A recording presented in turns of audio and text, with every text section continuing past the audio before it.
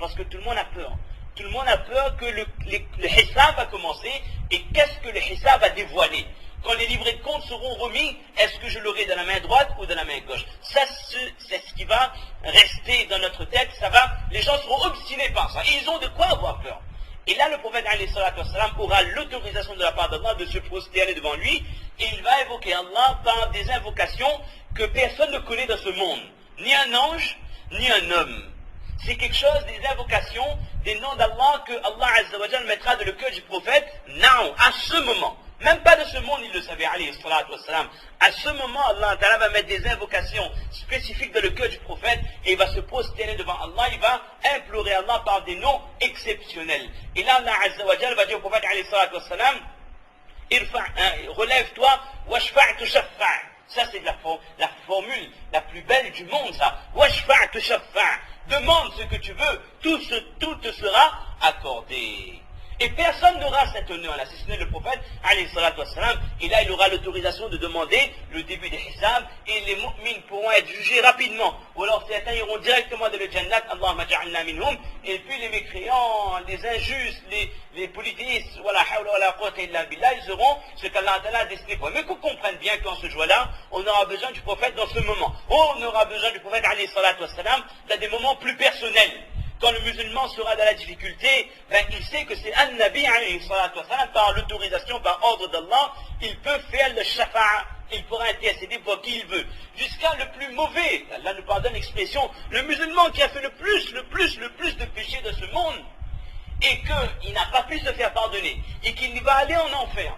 Dans les hadiths dit que le prophète ira les chercher jusqu'au dernier en enfer. Et le prophète ne va pas rester dans le paradis tant qu'il sait qu'il y a une personne qui a la ilaha illallah qui n'est pas venue avec lui dans le paradis. Et il ira chercher ces derniers musulmans qui ont passé je ne sais combien d'années dans le Jahannam. Il les tirera, ils seront déjà grillés, carbonisés.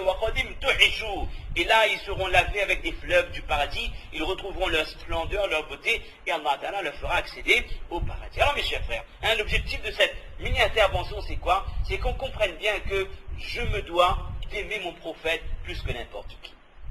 D'accord? Et comment se manifeste l'amour pour le prophète alayhi salatu wassalam? C'est pas en lisant des qasidas de 12 Rabi'ul Awwal. C'est pas en récitant la sirat, en écoutant ce rime. Non, ça si on veut apprendre, on apprend. Mais la vraie manière d'aimer le prophète alayhi salatu wassalam, c'est quoi? C'est al-ittiba'. Mettre en pratique les sunnas du quotidien. Que ce soit les sunnas dans les salawats, dans les prières, ce qu'il faut faire en plus, etc. Ou les sunnas dans la manière de s'habiller, dans notre physionomie, dans notre comportement, mais qu'on devienne une photocopie du prophète alayhi salatu wassalam. Et si on a fait tout comme le prophète alayhi salatu wassalam, assurément, on a la garantie qu'Allah Azza wa Jal sera satisfait de nous. Ce que le prophète vous a apporté, prenez-le. Et quand il vous a dit de ne pas faire quelque chose, alors ne le faites pas. C'est ce qu'Allah Ta'ala nous demande dans le Coran. Et la deuxième chose, on terminera avec ça, qui prouve l'attachement du musulman pour le prophète alayhi salatu wassalam, c'est quoi? C'est le fait d'envoyer beaucoup de salutations sur le prophète alayhi salatu wassalam, des salutations connues, comme on dit ici, le Duroud Sharif, Allahumma salli ala Muhammad, wa ala ali Muhammad, kama sallayta ala Ibrahim, wa ala ali Ibrahim, annaka hamidun majid, ainsi que le deuxième, Allahumma barik, c'est de le lire régulièrement. Ne pas attendre que lorsque je fais tahiyatu, dans la salat, que je lis Duroud Sharif. Non. C'est malheureux qu'il y ait des musulmans, peut-être moi aussi, qu'Allah nous pardonne, que les seules fois où on lit Duroud Sharif, c'est quand je suis en train de faire la salat, je dis tahiyatu. Aïbullah. Ça, c'est vraiment malheureux. Le musulman se doit d'envoyer le maximum de droud, sachant que c'est un signe d'amour, de reconnaissance, parce que si j'ai iman aujourd'hui, mais là, c'est bien par l'effort exceptionnel que cet homme a fait, mais également, en plus de tout ça, quand je lis les salatu ala nabi alayhi salatu wassalam, Allah Ta'ala me donne des récompenses déjà. Parce que celui qui envoie une salutation pour le prophète alayhi salatu wassalam, man salla alayhi wahida, sallallahu alayha biha, ashara. Allah Ta'ala envoie 10 salutations pour le musulman qui envoie une duroud, un salatu wassalam sur le prophète alayhi salatu wassalam. Donc à travers ces deux axes-là, mettre en pratique la sunna dans toutes les phases de la vie et envoyer des salutations sur le prophète alayhi salatu wassalam de la sorte, je vais prouver mon amour réel pour le prophète alayhi salatu wassalam. Et je me dois à chaque fois que je fais des doigts, je lève mes mains. Je demande le dunya, oui, ça c'est normal ça. Il n'y a pas une personne qui va dire que quand je lève mes mains, c'est que pour demander le paradis. Non. Il faut être réaliste. Je demande la santé, je demande le bien-être pour ma femme, mes enfants, la réussite scolaire de mes enfants, qu'ils aient un bon travail. Ça c'est insan, l'être humain est fait de la sorte. On a des besoins, on a des attachements, on a des sentiments, on a besoin de les exprimer. Déjà qu'on les exprime devant Allah, c'est bien. Ça veut dire que je sais qu'Allah existe, j'en suis convaincu, et je sais que c'est lui qui peut exaucer mes invocations. Mais maintenant avec ça, que chaque musulman demande au Allah le jour de la résurrection, que je sois ressuscité avec cet homme. Que je sois ressuscité avec An-Nabi alayhi salatu wassalam, avec les compagnons, et que j'accède au paradis avec le prophète alayhi salatu wassalam. Ça doit être le plus grand souhait, le plus grand vœu de chaque musulman. Qu'Allah nous accepte de ce mois. Ce n'est pas un grand mois, ce n'est pas une grande nuit non plus demain, ce n'est pas un grand jour, c'est rien du tout. Et vous savez, d'une manière générale de l'islam, on ne célèbre pas des événements.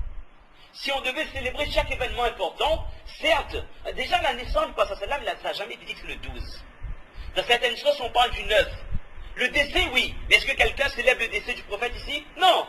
C'est les Romains qui célébraient les décès de leurs ennemis. Donc on va pas... C'est du n'importe quoi, d'accord? Donc, il y a des événements aussi importants. La Ghazwatul Badr, la victoire de Badr, c'était un événement exceptionnel. Le Fath Makkah, la conquête de Makkah, après 13 ans de da'wah, lorsque les musulmans, ils ont été à Makkah, et puis ils sont partis à Medina après 8 ou 9 années, après toutes ces années, ils récupèrent Makkatul Mukarrama qui redevient le Asimatul Tawhid. C'est un événement exceptionnel, etc., etc. Le Mi'raj, où la salat a été révélée, il y a eu plein d'événements énormes dans l'histoire de l'islam, mais dans la religion, on ne fait pas comme les autres. Le fait de célébrer des événements, ça vient des Nasara ou d'autres communautés. Donc nous, on ne célèbre pas, le 12 Rabi'ul Awwal, on ne va pas le célébrer, mais nous devons garder conscience que ma foi ne peut pas être complète sans que mon cœur brûle d'amour pour le prophète sallallahu alayhi wa sallam. Et d'ailleurs, lorsque je lis mon kalima la ilaha illallah, avec ça, il y a quoi? Il y a Muhammad Rasulullah. Si quelqu'un dit, moi c'est la ilaha illallah, Muhammad Rasulullah, non, il ne va pas dans le paradis, même s'il fait 50 hajj de sa vie. Si quelqu'un dit juste la ilaha illallah, ça ne lui servira à rien, tant qu'il n'y a pas Muhammad Rasulullah. Et si un jour on expliquerait c'est quoi les shurut, les conditions de Muhammad Rasulullah, c'est entre autres l'amour pour le prophète alayhi salatu wassalam. Qu'Allah remplit nos cœurs d'amour pour son prophète, et que chaque jour soit un jour où on se rapproche de lui, on arrive à mettre de plus en plus en pratique sa sunna, et que vraiment notre modèle dans notre tête, on essaie d'enlever toutes les saletés, tout ce qu'on entend dans les médias, comment les jeunes finissent par s'identifier malheureusement à d'autres personnes. Ça c'est quelque chose de malheureux. Même vous allez à Makkah, Medina, ça me touche profondément. Vous allez à Medina Munawwara, Makkah Mukarrama, Medina, dans la ville du prophète alayhi salam, vous voyez des jeunes qui portent des t-shirts avec Lionel Messi, avec Ronaldo, Ronaldinho, je ne sais pas quoi. Wallahu al-musta'an. Ils aiment bien, ils jouent bien, d'accord, mais le musulman ne s'identifie pas à ces gens-là. Malheureusement, ça c'est un travail énorme, un lavage de cerveau qui a été fait par l'Occident, qui a fait en sorte d'enlever l'amour pour Allah et son prophète du cœur de chaque musulman, pour y faire rentrer, comme on gave des joies, pour y faire rentrer l'amour du dunya et des choses futiles qu'on finit par intégrer et par voir que c'est des choses qui sont exceptionnelles. Maintenant, à nous de faire le travail inverse, d'enlever ces saletés de nos cœurs et de faire rentrer l'amour pour Allah et son prophète dans nos cœurs, parce que quand je ferme les yeux, c'est ça qui me sera utile. Quand je serai là-haut, c'est ça qui me sera utile, Inch'Allah. Subhana rabbika rabbil izzati amma yasifun, wa salamun ala al-mursalin, wa akhiru da'wana, alhamdulillahi rabbil alamin. Jazakumullah.